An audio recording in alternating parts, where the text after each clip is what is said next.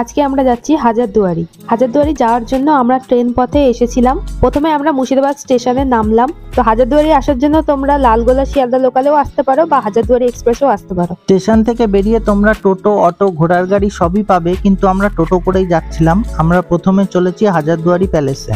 টোটো আমাদের হাজারদুয়ারি প্যালেসের পেছনের গেটটাতে নামিয়ে দিয়েছিল। এবার আমরা হাঁটতে হাঁটতে চলেছি মেন প্যালেসের বিল্ডিংটাতে। আজকে ভীষণ রোদ, তোমরা দেখতেই পাচ্ছ, সেই জন্য ছাতা খোলা ছাড়া আর উপায় নেই।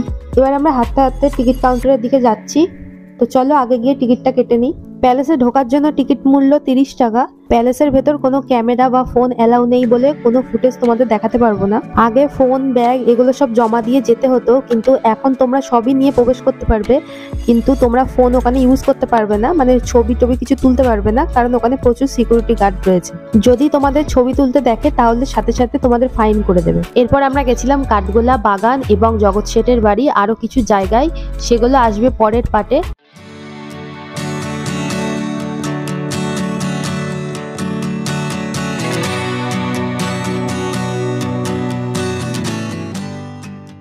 হাজারদুয়ারি প্যালেস ঘোরার পর আমরা এবার এসেছি কাঠগোলা বাগান বাড়িতে। হাজারদুয়ারি প্যালেসের বাইরে থেকে আমরা একটা টোটো ভাড়া করেছিলাম, যেটা কাঠগোলা বাগান বাড়ি এবং অন্যান্য কয়েকটি স্থান ঘুরিয়ে স্টেশনে নামিয়ে দেবে। এবার আমরা আস্তে আস্তে কাঠগোলা বাগানের ভেতরে ঢুকে পড়েছি।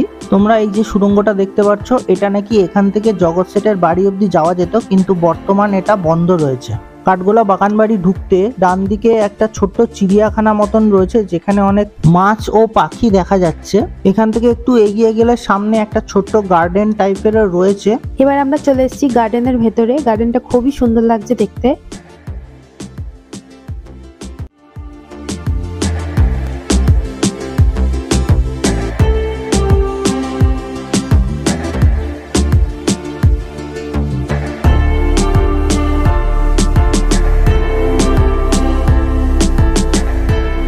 এই হলো সেই কাঠগোলা বাগান বাড়ি। তো এবার আমরা এর ভেতরে ঢুকবো। এর ভেতরে ক্যামেরা অ্যালাউ নেই বলে আমরা ভিডিও করতে পারবো না। তো ভেতর থেকে ঘুরে এসে এবার আমরা যাব পিছনের দিকে, যেখানে আছে একটা মন্দির।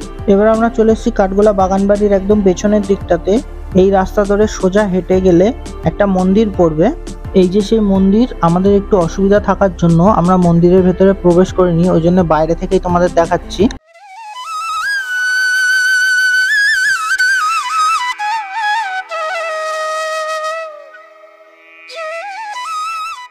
হাজারদুয়ারি প্যালেস ও কাঠগোলা বাগান ঘোরার পর এবার আমরা এসেছি জগৎ শেঠের বাড়ি। শোনা যায় এই জগৎ শেঠ ছিলেন নাকি তখনকার দিনের সব থেকে ধনী ব্যক্তি। শোনা গেছে তখনকার দিনে ইনি ইংরেজ ও নবাবকে টাকা পয়সা ধার দিতেন। তাহলে বুঝতেই পারছো কতটা ধনী ব্যক্তি ছিল। জগৎ শেঠের বাড়িতে ক্যামেরা অ্যালাউ ছিল না বলে আমরা ভেতরের কোনো ভিডিও করতে পারিনি। জগৎ শেঠের বাড়ি থেকে বেরিয়ে এবার আমরা ঢুকছি নসিপুর আখড়াতে।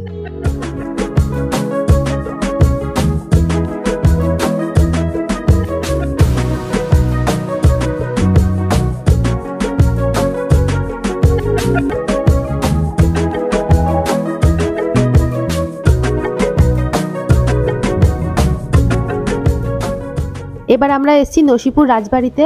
তো দেখতেই পাচ্ছ রাজবাড়িটা পুরো হাজারদুয়ারি প্যালেসের মতন তৈরি করা।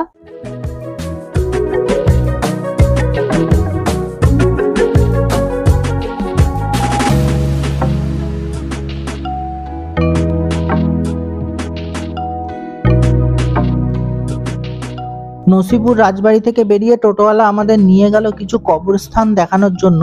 আর এই যে দেখতে পাচ্ছ, এটা নাকি মির্জাফরের বাড়ি ছিল, আর এই দরজাটার নাম হলো নেমোখারাম দেউরি। তো আমরা আর কোনো কবরস্থান বা অন্য কোথাও নামিনি, ওখান থেকে ডাইরেক্ট আমরা চলে যাচ্ছি স্টেশনে। আমাদের এই ছোট ভিডিওটা ভালো লাগলে লাইক, কমেন্ট, শেয়ার করো আর সাবস্ক্রাইব করে সাথে থেকো এই ধরনের ভিডিও আরো দেখার জন্য। আজকের জন্য এটুকুই, আবার দেখা হবে অন্য কোনো ভিডিওতে।